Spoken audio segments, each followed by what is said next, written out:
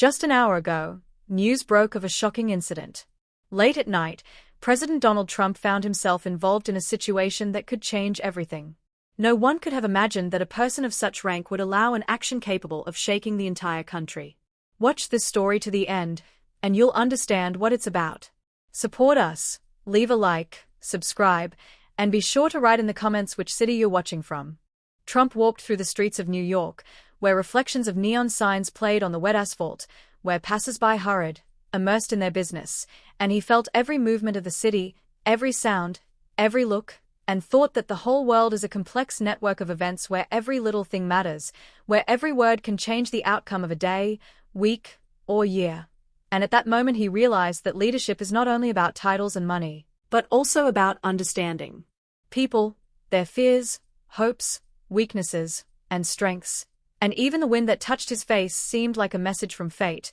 a reminder that time waits for no one. He recalled his childhood in Queens, his first steps in business, the mistakes and victories that shaped him as a person, as a leader, and thought about how much depends on circumstances, on accidents, on the people you meet along the way, and how important it is to see the essence, to distinguish between the main and the secondary, not to succumb to illusions and maintain inner strength, even when it seems that everything is falling apart, and that every moment of life is a chance to change something important. The next day, Trump was in London. It was raining incessantly, the streets glittered, reflecting the lanterns, and people with umbrellas hurried about their business. He walked through this stream, feeling himself observed and at the same time a part of a vast world where each person is a separate story, each meeting is an opportunity to change his life, and each glance is a small mystery. He recalled old partners, negotiations, deals, intrigues, and understood that politics and business are a game not only of the mind, but also of the soul, where it is important not only to win, but also to preserve honor. Stay true to yourself and the people who rely on you. Tokyo greeted him with noise and light, neon signs and subway sounds that merged into a single stream, awakening thoughts of the past and the future. He walked through the narrow streets, past the markets with the smell of fresh fish and sushi, and every sound, every smell evoked memories, as if the city itself reminded him of who he was, where he came from and where he was going. There he met an artist who painted people and streets of the city. Her gaze, full of passion and dreams, reminded him that life is not measured by money or power, but by the ability to see beauty, appreciate moments, and leave a mark in a world that is more important than any titles. Then he found himself in Dubai, where skyscrapers pierced the sky and luxury seemed almost fabulous. He watched the people walking through the streets and thought that everyone is looking for meaning in life, looking for happiness, and that even the most powerful person remains a person who dreams, makes mistakes, rejoices and suffers. He remembered children, friends, enemies, all the moments of victories and defeats, and understood that life is a stream of experience that builds character, strength, and wisdom. In Paris, he strolled along the bridges over the Seine, listening to street musicians, the smell of freshly baked bread, feeling the coolness of the evening. He thought about the past, about the future, that leadership is not only about influence, but also the ability to see people, understand them, appreciate moments where there are no newspaper headlines and $1 million, but only life in all its complexity and beauty. Moscow greeted him with a cold wind and historic buildings, where every street preserves the memory of centuries, every square recalls the events that changed the fate of millions. He walked through Red Square, feeling the greatness of history, reflecting on how power and wealth come and go, but memory and influence remain like a river that flows through time, connecting the past and the future, people and events, victories and defeats. Rome, Sydney, Berlin, Istanbul, Delhi, each city provided new lessons, new impressions, new meetings with people, each conversation left an imprint, made you think, reconsider decisions, evaluate the past and the future. He saw how children played in the streets, how old people sat on benches, how young people dreamed, how life went on in an endless stream of moments, and understood that human fate is a complex network of events where every choice has consequences, where every mistake is a lesson, and every victory is a new challenge. In Africa, he traveled through the savannas, observing animals and feeling the power of nature, which was both beautiful and cruel. There he thought about how fragile human life is, how important it is to appreciate every moment, to take care of the world around us, and how leadership should be not only about power, but also about responsibility, understanding, and protecting those who are weaker, who need help, and who believe in your wisdom.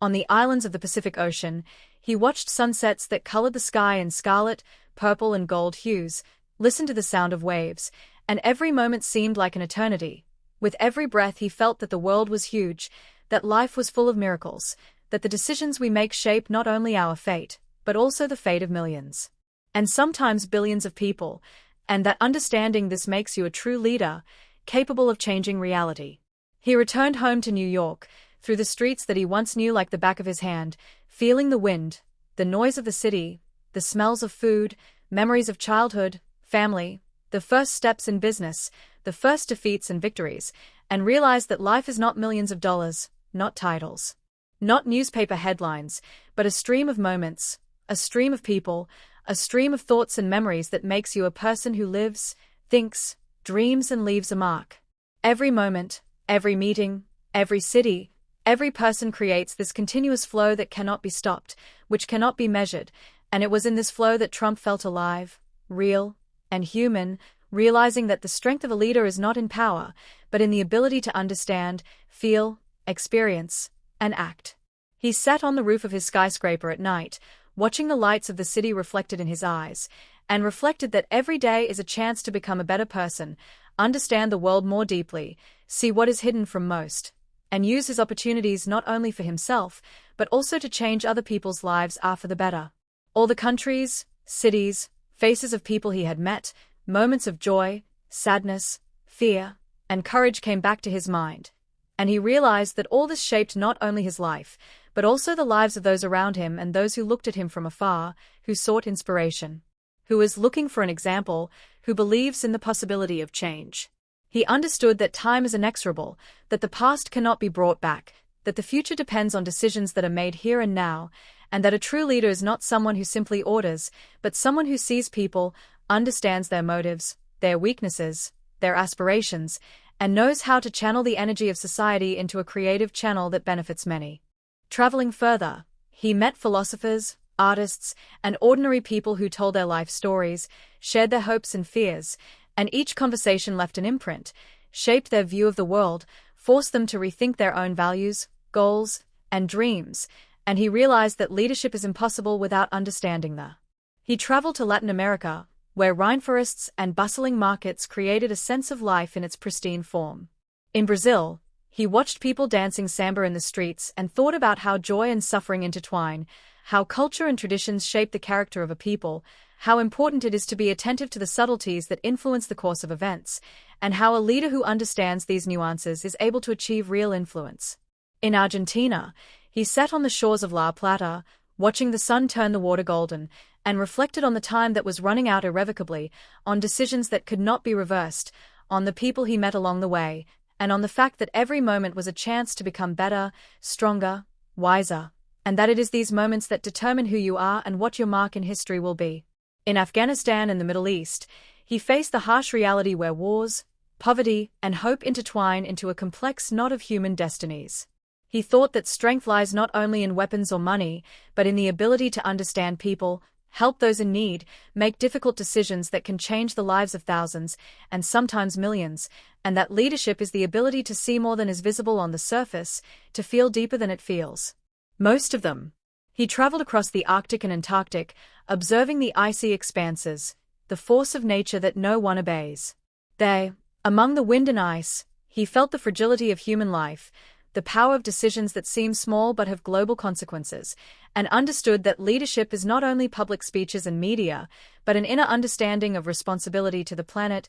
people, and the future. He returned to European cities, met with world leaders, discussed global issues, economics, ecology, and social conflicts, and all this made him see the world in its most complex weaves, understand that every action has consequences, that every word can change the course of events, and that the ability to think deeply, act cautiously, and courageously at the same time, that's what distinguishes a true leader. In Japan, he found himself back in Kyoto, among temples and gardens, where every stone and every leaf of a tree seemed to be part of a great plan. He thought about the spiritual side of life, that despite power, wealth, and success, A person remains vulnerable and is looking for harmony, looking for meaning, looking for moments when you can stop, breathe in the air, feel life, and understand that everything matters, even the smallest details. In Africa, he visited tribes that lived according to ancient traditions, and realized that wisdom is not always in books and universities,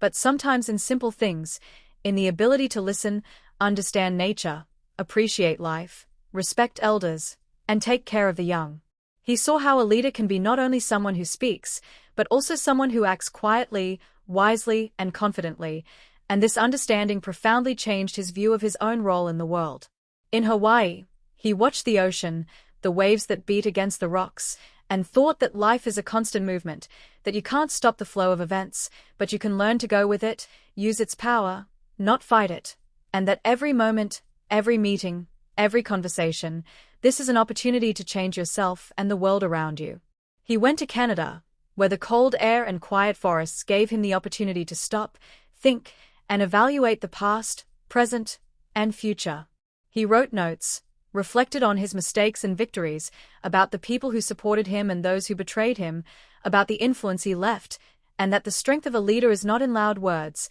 but in the ability to act, listen, feel, and understand. As a result, he returned home to New York and sat on the roof of his skyscraper, watching the lights of the city reflected in his eyes, and thought that life is a stream of events, meetings, thoughts, emotions, decisions, mistakes, and victories, that every moment is valuable, that leadership is the ability to see, feel, think, act, and leave a mark on the world that future generations will remember. He recalled all the countries, all the cities, all the faces of the people who met on his way, all the conversations, all the moments of joy, sadness, fear, courage, all the victories and defeats, and realized that a true leader is not the one who rules the world, but the one who understands people, feels them. He thinks about the future, acts for the benefit of many, and is able to inspire, even when it seems that there is no hope. And when he closed his eyes, sitting on the roof, he realized that life is not about titles, money, or power, but a stream of moments that make you alive, real, and human, and that it is this stream that shapes your path, your legacy, and your influence on the world that will continue to live, to develop, to change, and every moment, every decision, every look, every thought is part of the great picture created by a person who realizes that being a leader means being responsible, attentive, and humane. World, without empathy, without the ability to feel and experience someone else's pain and joy as keenly as your own.